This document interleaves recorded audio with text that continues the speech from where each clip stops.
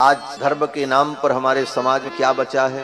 यही बचा है कि खूब हाथ में 4 अंगुल 5 अंगुल चौड़ा कलावा बांध लो और कभी मत्थे पर तिलक लगा लो, एक आध रुद्राक्ष की माला गले में डाल लो और अच्छे अच्छे मंदिरों में, बड़े मंदिरों में जाकर के भगवान का दर्शन कम करो, सेल्फी ज्यादा लो और उसे फेसबुक पर अपडेट करो जिससे लोग जाने कि आप मंदिर गए थे। इतनी धार्मिकता केवल बची। उसके बाद भी हम कहते हैं गर्व से कहो हम हिंदू हैं। धिक्कार है ऐसे हिंदुओं को। प्राइमरी स्तर का भी ज्ञान अपने धर्म का नहीं रहा और नारा क्या लगाते हैं? गर्व से कहो हम। क्या गर्व है? किस बात पर गर्व है? हमें तो लगता है अपनी मूर्खता पर ज्यादा गर्व होना चाहिए कि कितने बड़े मूर्ख। आज धर्म इतना ही रह गया। मंदिरों में भी लोग जाते हैं तो दर्शन कम, फोटो ज्यादा की। संत महात्माओं के पास भी जाएंगे तो उद्देश्य क्या? बोले उनके पास जाकर उनका अगर समय मिला है तो कोई जिज्ञासा, कोई तत्व का ज्ञान उनसे सीख लो, पालो, वो नहीं। महाराज आशीर्वाद दे दो सब काम बन जाए और फिर चलते चलते जरा एक फोटो महाराज ले लें। फोटो बहुत जरूरी। बंधुओं, बात बहुत कड़वी है लेकिन सच है। धर्म ही जीवन का सार है और जीवन को हम अगर धर्म में लगाते हैं और धर्म के अनुकूल इस जीवन को हम जीते हैं तो जीवन में शांति होगी, आनंद होगा। हमें लगता है कि इन संसाधनों से हम सुखी होंगे, लेकिन ये संसाधन हमको सुखी नहीं करते। ये बाह्य संसाधन जो हैं, धन संपत्ति, घर मकान, दुकान, गाड़ी, फोन, पैसा, ये संसाधन हमको सुखी नहीं करते। ठीक है, इन संसाधनों की उपयोगिता है जीवन में, लेकिन आंशिक है। इन संसाधनों से ही आप सुखी नहीं होंगे। वास्तविक सुख तो तब प्राप्त होगा जब अपने अंदर बोध होगा। बोध होने पर सुख होता है और जिसे बोध हुआ वही तो बुद्ध हुआ। बुद्ध के पास क्या कमी थी? राज रियासत सब कुछ थी, सारे संसाधन थे, लेकिन उन्हें नहीं लगा कि यहां सुख है। और जब बुद्धत्व को प्राप्त हुए, बोध प्राप्त हुआ, तब उन्हें लगा कि वास्तविक सुख तो यहां है। सुखमस्ति विरक्तस्य मुनेः एकांत जीविना। तो श्रीमद् भागवत महापुराण ये वेद व्यास जी की अंतिम रचना है। 18 पुराण में अंतिम 18वां पुराण श्रीमद् भागवत महापुराण, जिसमें सर्वप्रथम श्रीमद् भागवत महापुराण की रचना क्यों हुई, ये विषय का वर्णन स्वयं वेद व्यास जी ने किया। फिर ये सृष्टि कैसे प्रारंभ हुई, इसका वर्णन। फिर अनेक प्रकार के भक्तों का चरित्र, बीच बीच में प्रसंग में धर्म अधर्म, पाप पुण्य, उचित अनुचित का विवेचन, और फिर भूगोल का वर्णन, नरक इत्यादि लोक क्या है उसका विवेचन, भगवान के नाम की महिमा क्या है इसका वर्णन, भगवान अपने भक्तों पर कैसे कृपा करते हैं, इन विषयों का वर्णन करते हुए अनेक कथाएं सुनाई। और फिर सूर्य वंश और चंद्र वंश के प्रतापी राजाओं का चरित्र, और फिर 10वें स्कंद में भगवान कृष्ण का अवतार क्यों हुआ और अवतार लेकर के भगवान कृष्ण ने कौन कौन सी लीलाएं की, इसका विस्तार से वर्णन। फिर भगवान जब निज धाम जाने लगे तो अपने परम प्रिय भक्त उद्धव को ज्ञान विज्ञान जो प्रदान किया, उद्धव के प्रश्नों का उत्तर दिया, उन सारे विषयों का वर्णन। और फिर परीक्षित जी के मोक्ष का वर्णन। और अंत में एक बार श्रीमद् भागवत महापुराण के संपूर्ण विषय की संक्षिप्त विषय सूची बताकर वेद व्यास जी ने इस ग्रंथ को पूर्णता प्रदान की। यह ग्रंथ बड़ा ही गंभीर ग्रंथ है। बड़े बड़े विद्वानों की परीक्षा हो जाती है भागवत में। विद्यावताम भागवते परीक्षा, बड़े बड़े विद्वानों की परीक्षा भागवत में होती। भागवत क्या है? तो 7 दिनों तक हम सभी लोग श्रीमद् भागवत महापुराण की पावन चर्चा श्रवण करेंगे। और हमारे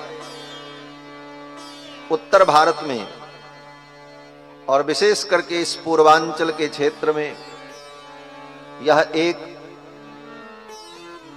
परंपरा चली आई है वर्षों से, शताब्दियों से कहिए, कि गया श्राद्ध करने के बाद आकर के धर्मनिष्ठ लोग श्रीमद् भागवत महापुराण की कथा का आयोजन करते हैं।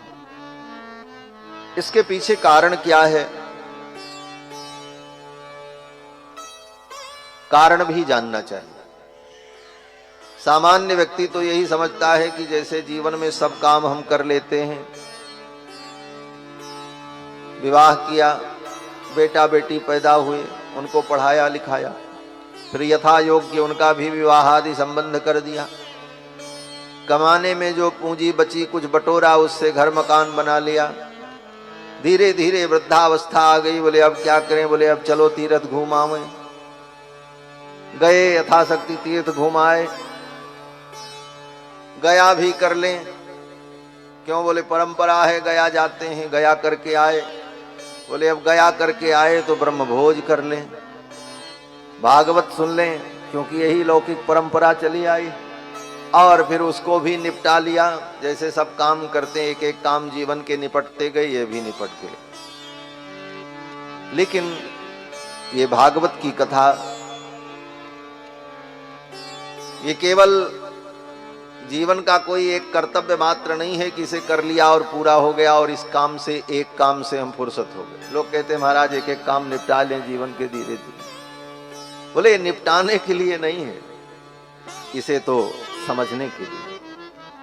गया से आने के बाद ये भागवत सुनने की परंपरा का जो प्रचलन है, इसका मूल कारण यह है कि भागवत के महात्म्य में कथा है कि धुंधकारी नाम का प्रेत आत्मदेव ब्राह्मण का बेटा था, मर करके प्रेत हो गया। उनके भाई गोकर्ण जी ने गया में जाकर के पिंडदान किया, श्राद्ध किया, लेकिन वो प्रेत मुक्त नहीं हुआ। गया पिंडदान करने पर भी उसे मुक्ति नहीं मिली। आजकल तो एक लोगों ने प्रचलन बना लिया है कि गया श्राद्ध करके आए, अब श्राद्ध करने की जरूरत नहीं है। बोले क्यों? बोले पितरों को बैठा दिया। बोले ऐसा कहीं लिखा उखा नहीं है, पितर बैठते बैठते नहीं, तोरे बैठाने से बैठेंगे वो। लेकिन उनके प्रति श्राद्धादि कर्म जो किया जाना चाहिए, उस कर्तव्य से बचने के लिए आलसी प्रमादियों ने ये चारों तरफ दुष्प्रचार कर रखा है कि गया श्राद्ध करने के बाद फिर कुछ करने की जरूरत नहीं। वस्तुतः गया श्राद्ध करने के बाद भी, घर आने के बाद भी समय समय पर पितरों का श्राद्ध तर्पण पिंडदान आदि कर्म जीवन पर्यंत करते रहना चाहिए। ये नित्य कर्म के अंतर्गत ये सदा किया जाता है, इसका कभी त्याग नहीं होता। और गया श्राद्ध करने पर सारे पितर मुक्त हो जाएंगे, इसकी भी कोई गारंटी नहीं।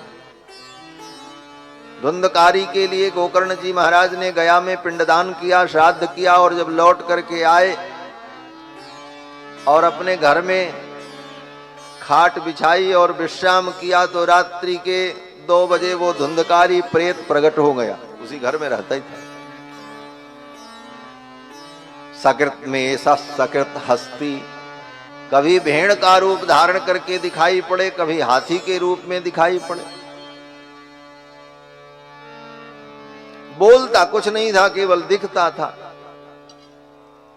और असली रूप में दिखाई पड़े तो गोकर्ण जी पहचान भी लेंगे, भाई हमारा भाई है धुंधकारी।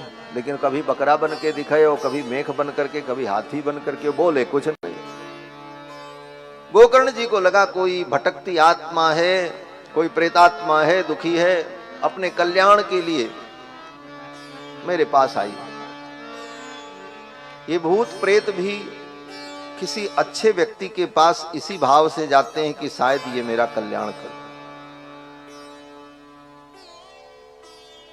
एक बार हमने अपने गुरुजी से पूछा, महाराज आजकल लोग कहते हैं ये भूत प्रेत कुछ होता ही नहीं है, हमको तो कोई भूत नहीं मिला। लोग कहते महाराज लोग भूत प्रेत की इतनी कहानी सुनाते हैं, कोई भूत कोई प्रेत कोई ब्रह्म राक्षस तो हमको नहीं मिला। ये सब झूठी बात है, ऐसा नहीं होता। तो यही तर्क गुरुजी से हमने किया कि लोग कहते हैं कि भूत प्रेत ब्रह्म राक्षस भटकती हुई आत्माएं, ऐसा कुछ नहीं होता, किसी को मिलता ही नहीं। तो हमारे गुरुदेव भगवान हंसते थे, उत्तर क्या देते थे। गुरुजी ने कहा कि ये भूत प्रेत भी उसी को मिलते हैं, उसी के पास जाते हैं जिसको जानते हैं कि ये व्यक्ति मेरा कल्याण करेगा, मुझे प्रेत योनि से मुक्त करेगा। और आजकल भूत प्रेत क्यों नहीं मिलते किसी को? बोले आजकल भूत प्रेत किसी को इसलिए नहीं मिलते कि भूत प्रेत जानते हैं हमसे बड़ा भूत प्रेत तो यही है, ये तो अपना कल्याण नहीं कर सकता, हमारा क्या करेगा। इसलिए भूत प्रेत आवे किसके पास भाई? आप उस भूत से भी ज्यादा खतरनाक हो चुके हैं। आप अपना कल्याण नहीं कर सकते, अपने कल्याण के विषय में सोचने का आपके पास समय नहीं है, तो आप उस प्रेतात्मा के कल्याण के विषय में क्या सोचें, क्या उपाय करें? इसलिए वो भूत प्रेत भी आपके पास क्यों आएंगे, किस लिए आएंगे, उनका क्या प्रयोजन सिद्ध होगा? आखिर वो धुंधकारी प्रेत गोकर्ण जी को ही क्यों दिखाई पड़ा, गांव में और किसी को नहीं दिखा? इसलिए कि धुंधकारी जानता था गोकर्ण जी ज्ञानी है और ये मेरे उद्धार का कोई उपाय करेंगे। गोकर्ण जी ने देखा ये प्रेत है लेकिन बोल नहीं पा रहा है,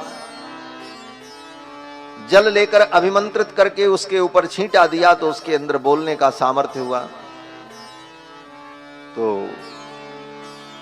गोकर्ण जी ने पूछा, कस्तम, कौन हो तुम और क्या चाहते हो?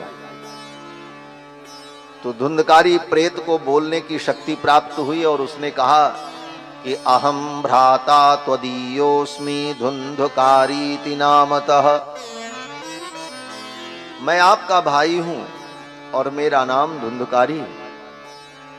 अरे धुंधकारी, तुम प्रेत हो गए? तो धुंधकारी ने कहा, हां भैया, स्वकीये नैव दोषेन ब्रह्मत्वं नाशितम मया, अपने ही दोष के कारण, अपने ही पाप के कारण हमने अपने ब्राह्मणत्व को नष्ट कर दिया। ब्राह्मण के कुल में उत्पन्न होकर के भी हमने धर्म के अनुकूल जीवन व्यतीत नहीं किया, पाप किया, उसका परिणाम मुझे प्रेत बनना पड़ा, मेरा उद्धार करो।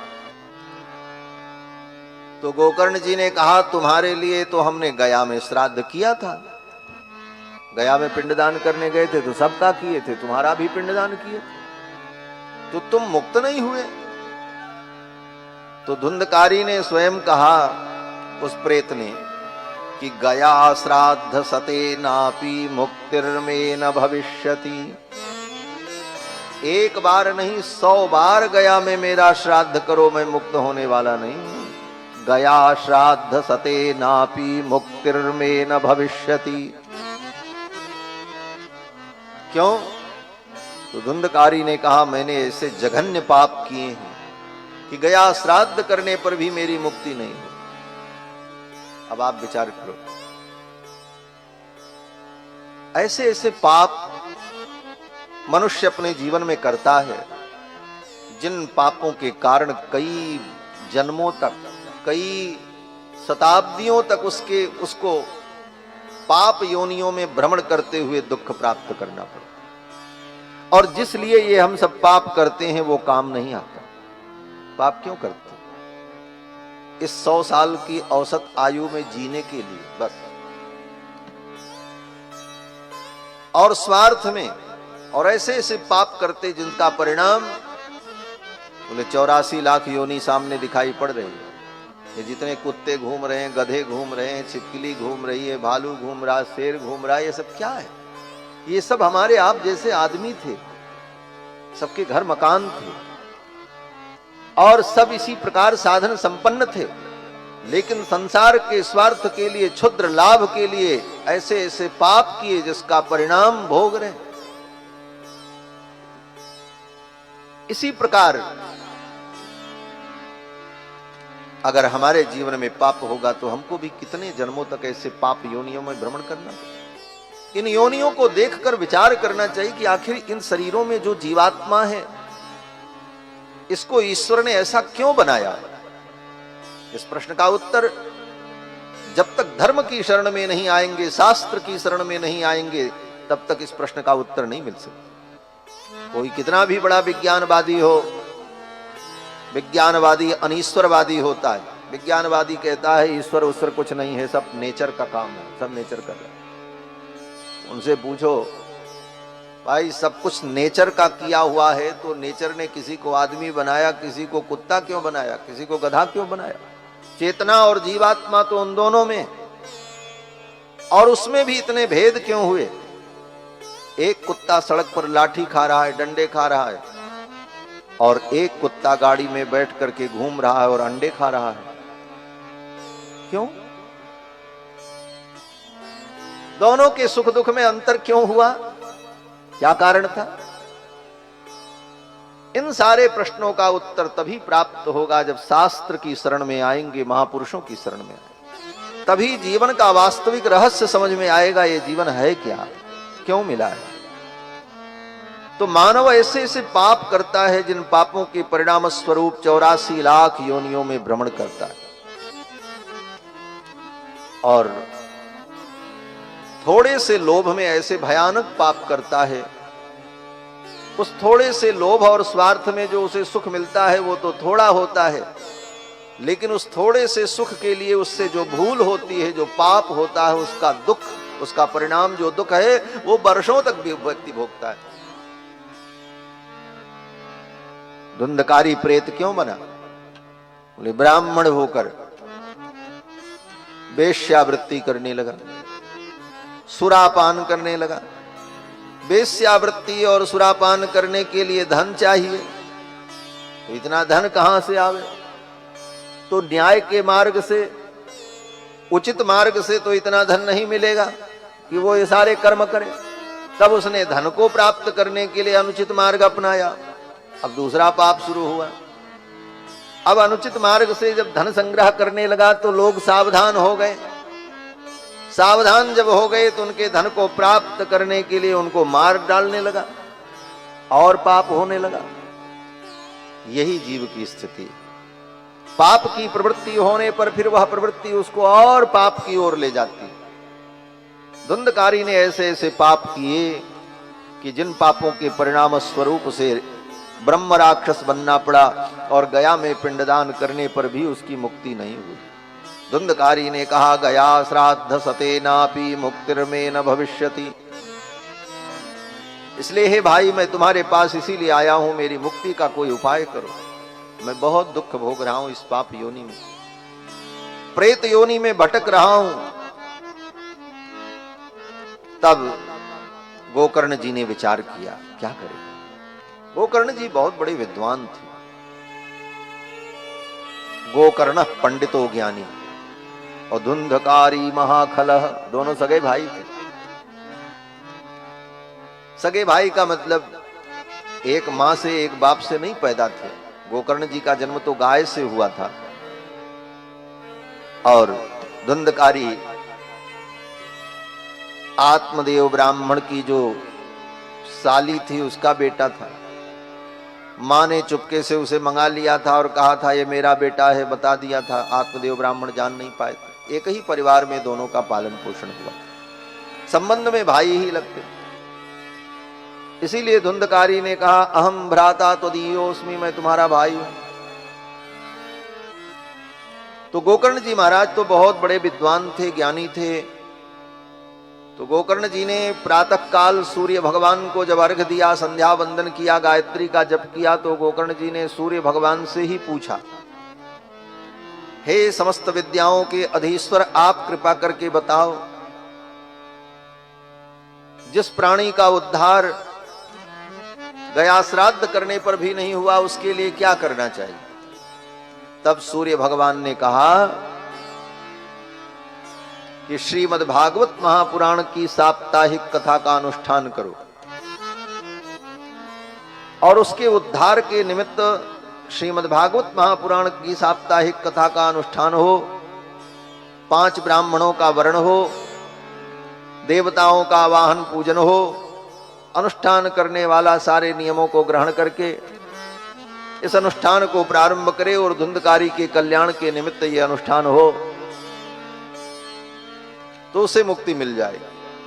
तो श्री गोकर्ण जी महाराज ने आषाढ़ के महीने में शुक्ल पक्ष की नवमी से लेकर पूर्णिमा तक, गुरु पूर्णिमा तक 7 दिनों तक श्रीमद् भागवत महापुराण की कथा का वाचन किया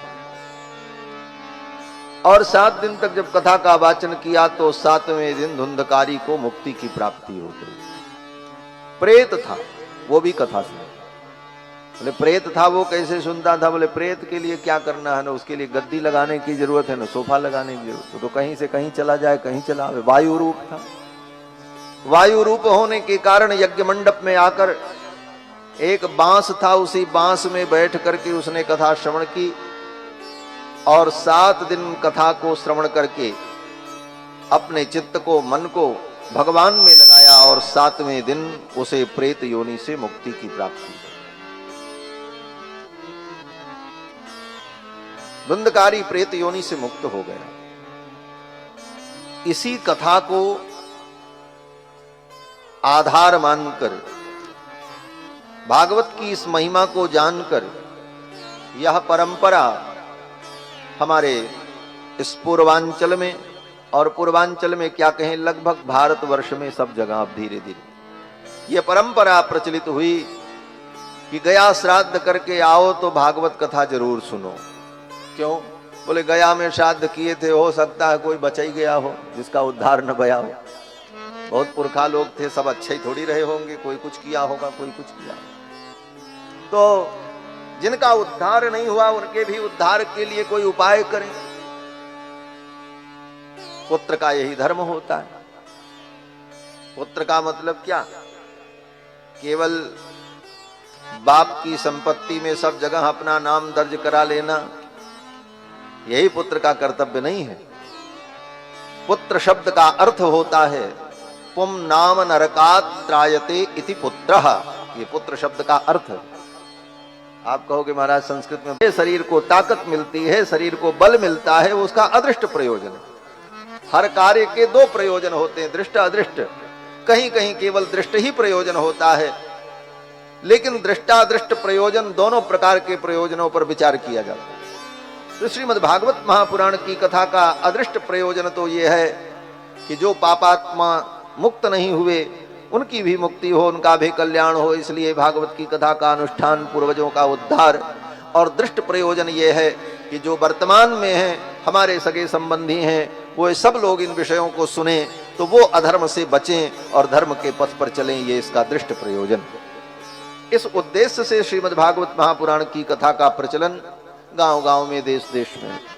और आज जो कुछ भी धर्म कर्म बचा हुआ है, यह केवल कथा के कारण बचा है।